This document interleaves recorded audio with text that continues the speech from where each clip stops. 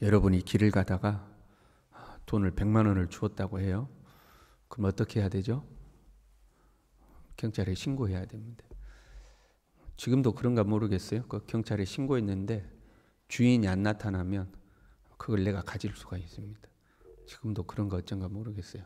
어찌됐든 주인이 안 나타나가지고 그것이 내 돈이 됐다고 해봐요. 그걸 알고 옆에 있는 사람이 와서 저에게 야 50만 원만 놔주라 그래요. 야, 네 어차피 그건 네 것도 아니잖아. 네 길에서 주운 거잖아. 그냥 50만 원만 놔줘. 그럼 여러분 어떡 하시겠어요? 그래 네 가져. 이렇게 50만 원 주겠습니까? 거의 대부분의 사람들이 어림도 없죠. 뭔 소리야, 이건 내 거야. 내 것이라고 주장하기 시작하죠. 그리고 그 100만 원을 아끼기 시작합니다. 아끼는 거죠. 내 거라고 생각하고요. 요나에게 하나님이 이렇게 말씀하시죠. 네가 수고도 하지 아니하였고 재배도 하지 아니하였고, 그건 네 거 아니다 그 말이죠. 네가 수고도 아니하였고 재배도 아니하였고 하룻밤에 났다가 하룻밤에 말라버린 이 박농쿨을 아꼈다. 이스라엘이요 출애굽하고 광야 생활을 마치고 가나안을 목전에 두었을 때 하나님께서 신명기 말씀을 통해서 계속해서 강조했던 것이 무엇이냐면 하나님을 잊지 말아라 하는 거죠. 이 땅을 주신 분이 누구인지 잊지 말아라. 햇빛을 주신 분이 누구인지 잊지 말아라. 이른 비와 늦은 비를 주시는 분이 누구인지 잊지 말아라. 무슨 말이에요? 이것들은 다 네가 수고도 하지 아니했고 재배도 하지 아니한 거다. 그것을 누가 줬는지 잊지 말아라. 햇빛 중요하잖아요. 땅도 중요하잖아요. 비도 중요하잖아요. 그러나 그것보다 더 중요한 것은 그것을 누가 줬는지, 네가 수고도 아니했고 재배도 하지 아니한 것들, 그것을 누가 줬는지 잊지 않는 것이 중요하다. 한 발 더 나아갔어요. 신명기 6장 10절부터는 이렇게 되어 있죠. 네 하나님 여호와께서 네 조상 아브라함과 이삭과 야곱을 향하여 내게 주리라 맹세하신 땅으로 너를 들어가게 하시고, 그 다음부터 이런 표현들이 계속 나옵니다. 네가 건축하지 아니한 크고 아름다운 성읍을 얻게 하시며, 네가 채우지 아니한 아름다운 물건이 가득한 집을 얻게 하시며, 네가 파지 아니한 우물을 차지하게 하시며, 네가 심지 아니한 포도원과 감람나무를 차지하게 하사 네게 배불리 먹게 하실 때에 너는 조심하여 너를 애굽 땅 종되었던 집에서 인도하여 내신 여호와를 잊지 말라. 네가 수고하지 아니하고 재배하지 아니한 성읍, 집, 우물, 포도원, 감람나무, 이것들을 통해서 네가 배부르게 될 때에 그것들에 취해서 하나님 잊지 말고 너에게 그걸 주신 분이 여호와 하나님이라는 것을 잊지 말아라. 네가 수고도 아니하였고 재배도 아니하였다, 이걸 강조하고 계시는 거죠. 그런데 사람들이요, 햇빛 내가 안 했지, 비 내가 수고 안 했지. 그런데 집 그러면 그때부터는 조금 고민을 하는 거죠. 내가 고생해서 집 마련했는데, 포도원과 감람나무 내가 1년 내내 농사 짓고 수고해서 고생해가지고 내가 그거 열매 거둔 건데 내가 수고도 하지 아니하였고 재배도 아니하였다고? 거기에 이제 의문을 갖는 거죠. 그래서 신명기 8장 17절에요. 그러나 네가 마음에 이르기를 내 능력과 내 손의 힘으로 내가 이 재물을 얻었다 말할 것이다. 하나님 뭔 소리예요? 내가 고생해서 거둔 거예요. 내가 이 집 사니라고 내가 몇 년을 고생하고 저축한지 아십니까? 내가 한 거예요. 이거는 내 능력과 손의 힘으로 했다는 거죠. 근데 다시 하나님 말씀하셔요. 네 하나님을 기억하라. 그가 네게 재물을 얻을 능력을 주셨습니다. 농사지을 힘도 하나님이 주신 거고, 너 돈 모아서 집 살 힘도 하나님이 주신 거고, 오늘 하루 살아갈 힘도 하나님이 주신 거야. 그러니 그 하나님을 잊지 마라. 하나님이 모든 것을 통치하고 계시고 모든 것을 공급하시는 분이니 하룻밤에 났다가 하룻밤에 말라버린 그 박농쿨, 그런 것에 마음 뺏기지 말고 그것을 잊게도 하시고 없게도 하시는 하나님을 기억해라. 그리고 그 하나님의 말씀에 순종하고 살아라. 이게 하나님의 이제 가르침인 거죠. 박농쿨을 아끼는 요나의 모습은 범죄한 이스라엘의 모습을 보여주고 있습니다. 당장 자기에게 유익을 주는, 지금 현재 요나에게는 박넝쿨이 있지만 이스라엘에게 있어서는 풍요와 향락이죠. 당장 자기에게 유익을 주는 풍요와 향락, 그것을 쫓아서 하나님께 불순종하고 그것을 쫓다 보니까 바로 쫓아가는 거죠. 박넝쿨을 아끼는 요나의 모습은 가나안의 풍요에 마음을 빼앗긴 이스라엘의 모습을 상징하고 있는 겁니다. 하나님이 이스라엘을 선택하신 것은 제사장 나라를 삼기 위해서죠. 출애굽기 19장 5절 6절에 이렇게 되어 있습니다. 세계가 다 내게 속하였나니 너희가 내 말을 잘 듣고 내 언약을 지키면 너희는 모든 민족 중에서 내 소유가 되겠고 너희가 내게 대하여 제사장 나라가 되며 거룩한 백성이 되리라. 너희가 제사장 나라가 된다. 제사장이란 하나님과 백성 사이를 중보하는 사람이 제사장 아닙니까? 제사장 나라라는 것은 세계가 다 내게 속하였나니 너희가 제사장 나라가 되어서 하나님과 온 세계의 중보자가 되는 거다. 그 의미잖아요. 보세요. 니느웨는 좌우를 분별하지 못하는 자가 12만여 명이요. 좌우를 분별하지 못하는 12만여 명, 하나님을 알지도 못하고 하나님을 떠나서 범죄하고 이것이 옳은 건지 그른 건지 어린아이처럼 분별도 하지 못하는 12만여 명, 이들은 제사장 나라 이스라엘에게 있어서 감당해야 될 사명이죠. 그렇죠? 제사장 나라로서 하나님을 알지 못하는, 좌우를 분별하지 못하는 한 사람도 아니고 12만여 명이나 되는 이 사람들을 하나님께 돌아오게 해야 되는 거예요. 이들을 하나님과 화목시키는 것이 제사장으로서의 사명인 거죠. 그 사명을 위해서 가나안 땅도 필요한 거고 햇빛도 필요한 거고 이른 비도 필요한 거고 늦은 비도 필요한 거고 박넝쿨도 필요한 거고, 근데 요나는 그 사명을 까맣게 잊어버리고 이스라엘의 모습이죠. 누가 보더라도 박넝쿨이 중요한 게 아니고 사람이 중요한 게 분명하잖아요. 누가 보더라도. 그런데 까맣게 잊어버리고 있어요. 요나는 다른 사람도 아니고 선지자입니다. 일반인이 아니에요. 누구보다도 중보의 역할, 화목하게 하는 역할을 해야 하는 사람이에요. 그런데 이 박넝쿨과 사명을 바꿔버린 거예요. 여러분 다시 가정에서 생각해 봐요. 여러분 길 가다가 10,000원을 주었어요. 주인을 못 찾아서 이제 10,000원이 여러분 것이 됐어요. 제가 그 이야기를 듣고 여러분에 가서 집사님 그 주운 거 하나님께 성경금으로 드립시다. 그럼 여러분 어떻게 하시겠어요? 10,000원 하나님께 드립시다. 그럼 그래요 목사님, 뭐 주운 거니까요. 10,000원 하나님께 바치겠죠. 근데 10만 원을 주었네.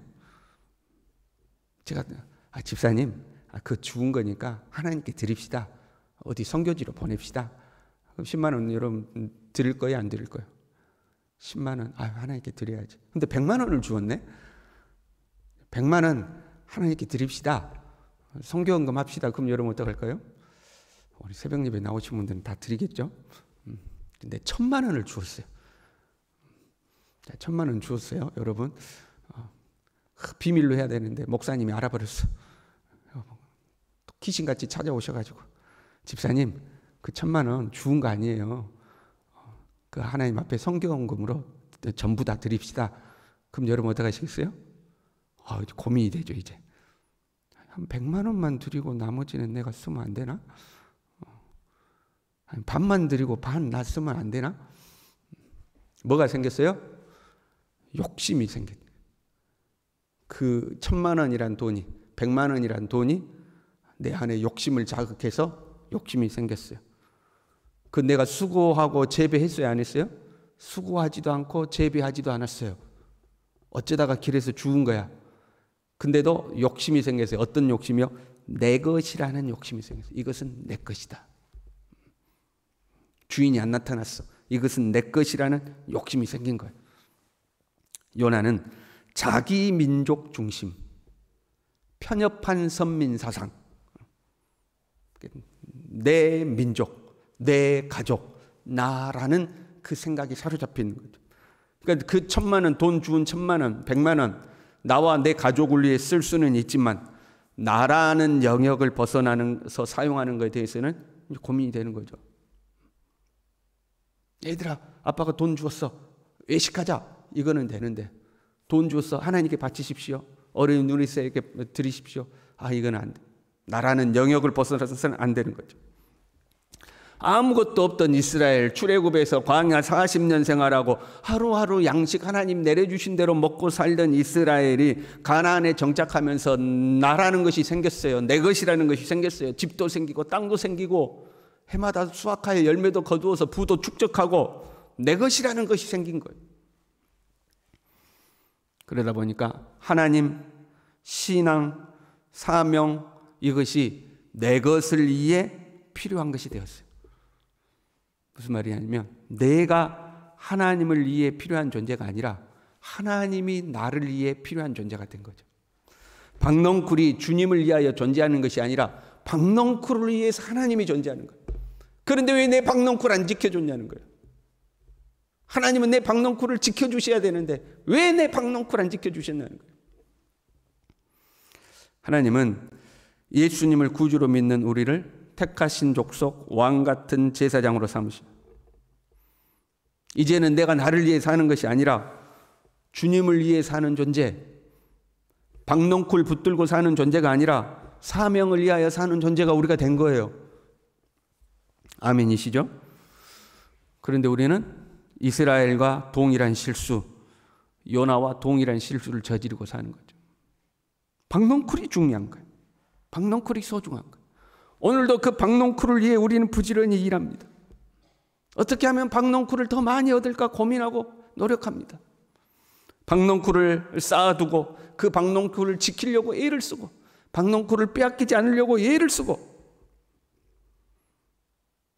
그런데 어느 날 하나님이 오셔서 그것은 네가 수고도 아니하고 재배하지도 아니하였다. 그럼 우리 뭐라고 그래요? 아니요, 내가 얼마나 수고한 줄 아십니까?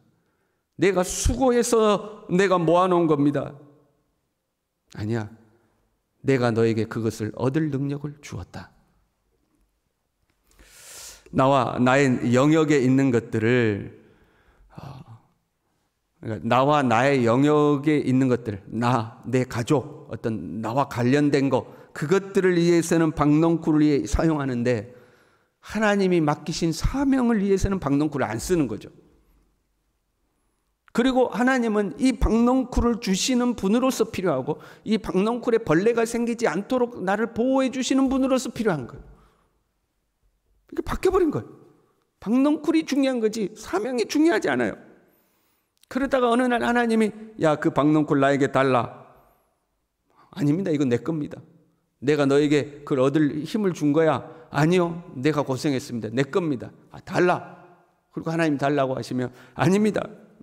내가 성내어 죽기까지 할지라도 내 생각이 옳습니다. 그 하나님을 거부하는 거죠. 여러분, 무엇을 소중히 여기며 살아가고 있습니까?